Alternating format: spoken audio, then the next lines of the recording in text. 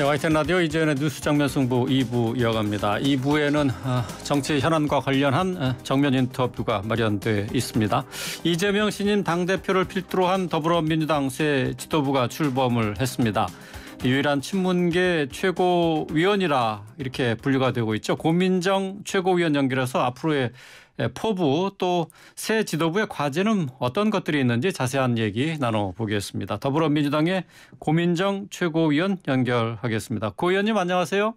네, 반갑습니다. 네, 자 먼저 최고위원 당선되신 거 축하드리겠습니다. 예, 고맙습니다. 자, 제가 지금 소개를 해드리면서 친문계 유일한 의원이다 이렇게 말씀을 드렸는데 친명, 친문 이런 분류 어떻게 생각하세요? 글쎄요, 저는 뭐 큰 의미가 없다고 봅니다.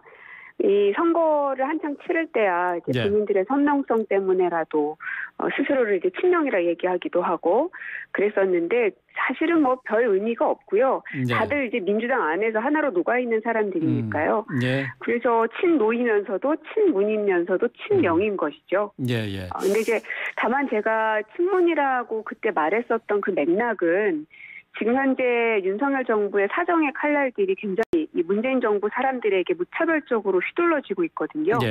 그래서 이들의 방패막이가 되겠다라는 의지를 좀 표명한 것이었기 때문에 뭐 이것이 뭐 마치 뭐 이재명 의원과 선을 긋는 듯한 발언으로 자꾸 이 비화되는 것이 굉장히 좀 불편했습니다. 그래서 어제도 문재인 대통령님을 이제 이재명 대표님께서 함께 만나면서 그렇죠. 그게 뭐 무슨 의미가 있느냐라는 말씀도 하셨는데 그게 정답이죠.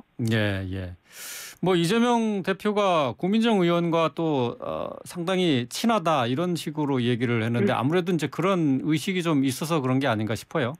네, 뭐 실제로도 지금 뭐 여러 가지 이제 결정하거나 혹은 논의해야 될 사안들이 많이 있는데 의견들을 많이 주고받고 그렇습니다. 근데 아무래도 이제 최고위원 가운데 친명계 의원들이 다수다 보니까 고민정 최고위원만의 역할이 있을 것으로 생각이 되거든요. 어떻게 생각하십니까? 글쎄요. 저만의 역할이라기보다는 그냥 저라는 사람은 그냥 소신껏 얘기를 하는 사람인 겁니다. 그래서 지난 그 전당대회 기간에도 저의 소신을 그냥 솔직하게 얘기했던 것이고요. 앞으로도 뭐 일단 첫 번째 해결 과제는 민생 문제를 좀 유능하게 해결하는 것에 힘을 모아야 될 것이고요. 두 번째로는 다른 시각을 말하는 것에 두려움이 없어야 된다고 생각합니다. 저 스스로가. 그렇게 해야 합리적인 판단을 내릴 수 있도록 대표에게도 혹은 당원이나 국민들에게도 선택지를 내보여줄 수 있는 것이니까요. 그래서 그런 역할들을 할 생각을 갖고는 있습니다. 조금 다른 얘기도 할 수 있다 그런 말씀이시죠? 네. 자, 어제 말씀하신 것처럼 이재명 대표하고 새로 이번에 선임이 된 최고위원들 모두 문재인 전 대통령의 사저를 방문하셨어요. 자, 새 지도부의 첫 행보라는 점에서 의미가 있다고 여겨지는데요. 양산 사저 방문의 의미, 또 더불어 어떤 얘기들이 오갔는지 좀 설명해 주시겠어요? 일단 전직 대통령으로서는 지금 이제 우리 민주당에 살아계신 분이 또 저 문재인 대통령밖에 안 계시기 때문에 바로 예방을 하는 것은 뭐 그냥 당연한 수순이라고 생각이 들고요. 이제 얘기를 나눴던 것들을 이제 맥락을 좀 살펴보면 통합과 유능함을 좀 강조하셨던 것 같아요. 통합은 이제 과도한 비난은 자제되어야 한다. 당 내에서. 그래서 1%의 사람이 굉장히 과도하게 비난의 말들을 조금 하고 있는데 거기에다 이제 우려를 나타내시기도 했죠. 하지만 그 1%조차도 끌어안아야 되는 게 당의 역할인 것 같다.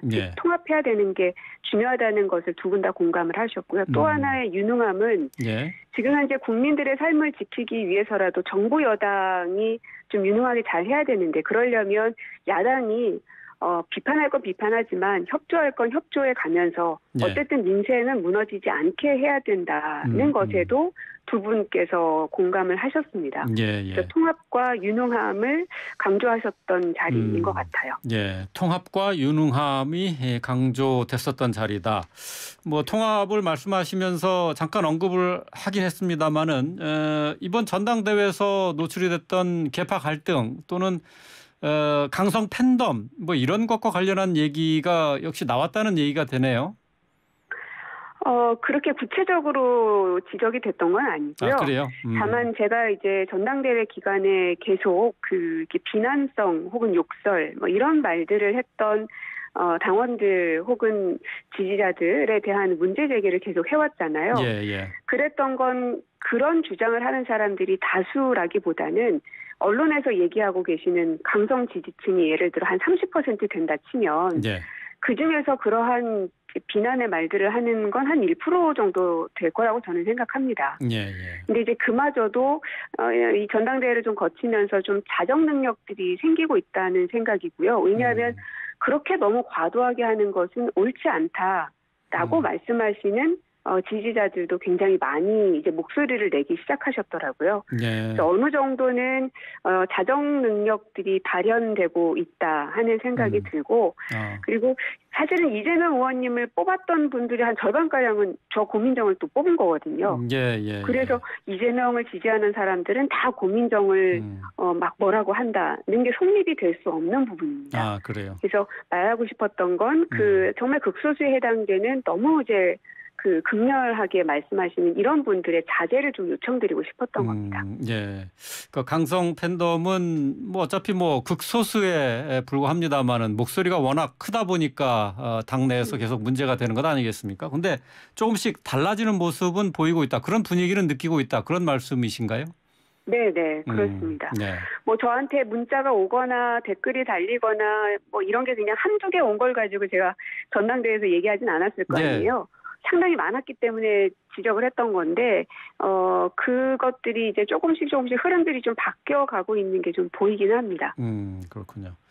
자, 이재명 대표가 뭐 윤석열 대통령에게 영수회담을 제안을 했습니다. 그리고 이제 협치 행보에 나선 상황인데 일각에서는 이재명 대표의 당선으로 해서 이제 대여 공세가 더 강화되지 않겠느냐 이렇게 보고 있어요.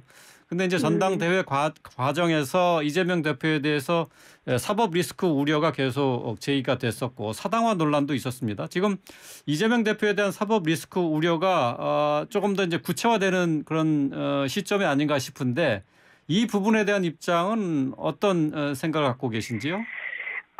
일단 두 가지를 좀 나눠서 말씀드리고 싶은데, 대여 공세가 강화될 것인지 말 것인지에 대한 키는 윤석열 대통령한테 있습니다. 네. 지금 무리하게 검찰 수사들이 이루어지고 있거든요. 그것은 뭐 이재명 대표님을 향한 것도 있겠지만 문재인 정부의 전 정부 그 인사들에 대해서 그 직권남용이라는 이름으로 지금 다 압수수색을 막 해버리고 있는 거잖아요. 네. 그런 상황 속에서 그냥 넉넉고 뭐 이렇게 있을 수는 없는 노릇이죠. 그래서 이게 마치 검찰과 경찰이 뭐에 홀리기라도 한 것처럼 너무 무리수를 두고 있는 게 이제 보이는 상황입니다. 예. 그래서 그 대여 공세가 더 강화되지 않을 수 있게 하려면 결국은 윤석열 대통령이 키가 될 수밖에 없다. 결국은 그 양산 사저에서 욕설하시던 분들에 대한 조치도 결국 윤석열 대통령께서 그 경호구역을 100m에서 300m로 늘려라. 그 말 한마디로 이게 해결이 된 거 아닙니까? 네. 예, 그래서 윤석열 대통령한테 키가 있다. 그 말씀을 드리고 싶고 사법 리스크 우려 말씀을 하셨는데 저는 그걸 우려로 자꾸 키우고 있다라고 생각을 합니다. 누가 키우고 있다고요? 사법 리스크라는 말을 여당에서 혹은 언론에서 키우고 있다는 생각인데 왜냐하면 지금 문제 제기되고 있는 게 일단 법카 문제. 만약에 지금 여기에 대해서 그 김혜경 여사 굉장히 여러 차례 수사도 받고 막 압수수색도 하고 그랬잖아요. 그럼 비슷한 사안이었던 원희룡 장관의 오마카세 문제는 인사청문회 때 불거졌지만 압수수색을 뭐 수십 번 했다는 얘기는 제가 들어본 바가 없습니다. 그리고 그 백현동의 뭐 허위사실 이것 가지고 지금 검찰에 송치된 걸로 막 기사가 또 크게 났던데 허위사실 하면은요 사실 윤석열 정부의 허위사실이 만만치가 않습니다. 어제 밝혀졌지만 이상민 장관이 있는 행안부에서 대통령 취임식의 명단을 파기했다고 얘기했다가 예. 그 문서가 존재한다는 게 언론 보도로 인해서 밝혀졌잖아요. 허위사실을 유포하셨던 거거든요. 뿐만 아니라 대통령실의 민간인 수행원이 갔었던 부분도 기타 수행원이었다 혹은 행사 전담이었다라고 했지만 그게 허위 사실이었음이 어떤 그 증거물을 통해서 또 역시 밝혀졌습니다. 예, 예. 그러나 이분들은 현직 국회의원이 아니라는 이유로 선거법에 뭐 고발도 할 수 없는 이런 상황이거든요. 예, 예. 그래서 이게 똑같은 허위 모르겠습니다. 그 정도나 차이에 대해서는 좀 더 들여다봐야 되겠지만 오히려 이상민 장관이 있는 행안부와 대통령실의 허위 사실은 너무나 명백하게 했는데도 거기에 대해서 아무런 것도 하지 않고 있는 거거든요. 예, 예. 그래서 도대체 뭐가 사법 리스크 우려인 것인지 참 이해가 잘 안 됩니다. 예. 예를 들어서 좀 말씀을 해볼게요. 이번에 이제 당원이 개정되지 않았습니까? 기소 시에 이제 직무 정지 조치가 내려지는데 이거를 당무위에서 정치적인 탄압인 경우에는 직무정지에 해당하지 않는다. 이런 결정을 내릴 수 있다라고 이제 당원이 개정이 됐어요. 네. 자, 이제 앞으로 이재명 뭐 당 대표에 대해서 가정입니다마는 기소가 된다. 그러면은 지금 상황에서는 이거를 정치적인 수사로 볼 수밖에 없다. 이렇게 생각하십니까? 어떻습니까? 일단 말씀하신 당원은요. 문제가 됐던 그 조항은 고쳐지지가 않았습니다. 기소가 될 경우에는 직무가 정지된다는 조항이 여전히 살아있고요. 예, 예, 그렇죠. 다만 그 사망에 해당되는 것이 원래 윤리심판원이었는데 이거를 이제 당무위로 변경이 된 그 부분이 조금 수정이 된 것입니다. 예. 그래서 완전히 그게 무슨 이재명 대표의 뭐 방탄을 위해서 당원까지 개정됐다. 이거는 사실이 아닌 것이죠. 예, 예. 근데 당무위에서 이제 어쨌든 정치적 탄압 여부를 판단하게 돼 있지 않습니까? 그러면 당무위가 결국은 당 대표를 포함한 최고위원들이 이제 거기에 소속이 돼 있는데 이럴 경우에 기소 시에 그러면 당 대표의 기소 시에 어떤 판단을 내리겠느냐 하는 거죠. 저는 계속 그 전당대회 때도 주장을 계속 일관되게 해왔는데요. 저는 기소 자체를 받아들일 수가 없습니다. 앞서 말씀드렸던 이 법카 문제에 대해서 원희룡 장관이 그럼 먼저 기소가 되는 게 순서가 되겠죠. 백현동 문제도 이상민 장관이 먼저 기소가 되는 게 순서일 것이고요. 예. 또 지금 정경심 교수 같은 경우는 허위 그 표창장 그 문제로 구속까지 돼서 현 집행정지가 불어당하는 아픈데도 불구하고 그 상황까지 치닫고 있는데 김건희 여사는 허위 학력도 있었고 주가 조작까지 있었지만 소환 조사조차 되지 않고 있거든요.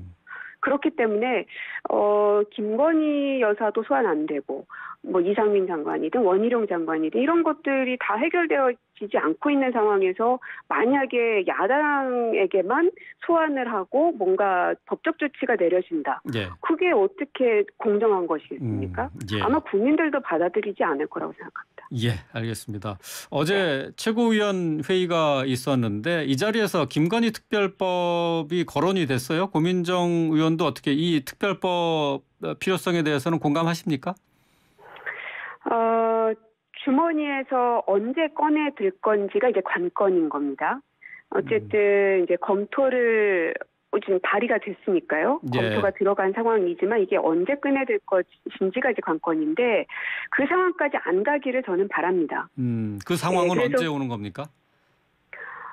그 상황이 언제 올지는 이 김건희 여사에 대한 조사를 검찰, 한동훈 장관, 법무부 뭐 등등에서 명확하게 의혹을 제대로 털고 국민들이 해소가 될 만큼 조사가 이루어진다면은 되겠죠. 그러나 지금 대정부 질문 때도 제가 한동훈 장관에게 김건희 여사 소환 조사 할 거냐라고 물었지만 결국은 끝끝내 답하지 않았거든요. 그러니까 제기되는 의혹에 대한 수사 진행 상황 이런 거를 보고 판단을 할 것이다. 그런 말씀이신가요? 그렇습니다. 예. 네. 어제 그 저희 방송 인터뷰에서 박수현 전 청와대 수석이 이 김건희 여사 특검법 또 특별법에 대해서 과유불급이다라고 좀 부정적으로 반응을 하셨어요. 네. 이 특별법 또 특검법이 당론으로 채택될 가능성 어떻게 보십니까? 앞서 제가 말씀드린 것처럼 지금으로서는 저는 가능성이 이렇게 높다고 생각하지는 않습니다. 네. 아직은 그 상황이 아직은 도래하지 않은 것이기 때문에 다만 어떠한 조사도 이루어지지 않고 그냥 막 다 스리슬쩍 다 넘어가 버린다. 네. 그러면 그때는 뭐 꺼내둘 수도 있겠지만 그 상황까지 가지 않기를 지금 바라는 겁니다. 그러니까 아직까지 지금은 그러니까 경고성이다 이렇게 봐야 되나요? 뭐 그렇죠. 예, 알겠습니다. 또 다른 의원 발언과 관련해서 얘기를 좀 더 하나 더 여쭤볼게요. 이원욱 의원이 오늘 저희 라디오의 뉴스킹에 출연을 했습니다. 한동훈 법무부 장관에 대한 탄핵. 뭐 이것에 대해서 최악의 카드다. 제2의 윤석열로 키우는 것이다. 이렇게 의견을 밝혔거든요. 한동훈 네. 장관 탄핵과 관련한 당내 의견에 대해서는 어떻게 생각하세요? 저도 지금 당장 시기는 좀 아닌 것 같습니다. 지금은 아니다. 그러나 굳이 우리가 거기까지 가지 않아도 되지 않나 하는 생각이 좀 듭니다. 최근에 그 법사위에서 어쨌든 질의응답을 통해서 한동훈 장관의 모습들을 이제 보고 있는 것인데, 네. 굉장히 태도가 많이 좀 이제 불편해졌습니다. 보는 사람들로 하여금. 예. 그래서 결국은 이제 국민들이 인정을 하느냐 마느냐도 되게 중요한 대목인데요. 네. 점점 국민들의 마음이 떠나가고 있는 거를 본인은 뭐 모를지 모르겠습니다. 워낙 이제 팬덤에 지금 둘러싸여 계시기 때문에. 예. 그래서 이게 어떤 탄핵이라는 수단을 사용하지 않아도 국민들로부터 외면받는 상황이 먼저 오지 않을까 하는 생각도 좀 합니다. 아, 그래요? 그러니까 민주당에서 굳이 탄핵까지 할 필요 없는 상황이 될 것이다. 그렇게 보시는군요. 지금 이대로 계속 간다면요? 예, 알겠습니다. 예, 오늘 말씀 여기까지 듣겠습니다. 고맙습니다. 네, 고맙습니다. 고민정 더불어민주당 최고위원과 함께 했습니다.